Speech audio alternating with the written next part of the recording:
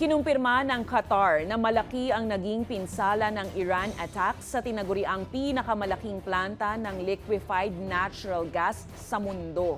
Kinundi na nga ng Qatar officials ang missile attack ng Iran sa Ras Laffan Industrial City. Ito ang main gas facility ng naturang bansa at major supplier ng krudo sa mga barko sa mundo. Nangyari ang missile attack sa Qatar matapos ang naging pag-atake ng US at Israeli sa gas facilities ng Iran.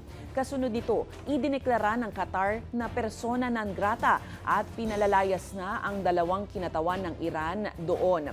Kinundira rin nga ng Qatar ang pag-atake ng Iran sa energy facilities ng Saudi Arabia at United Arab Emirates at muling nanawagan ng kapayapaan sa pamamagitan ng diplomasya.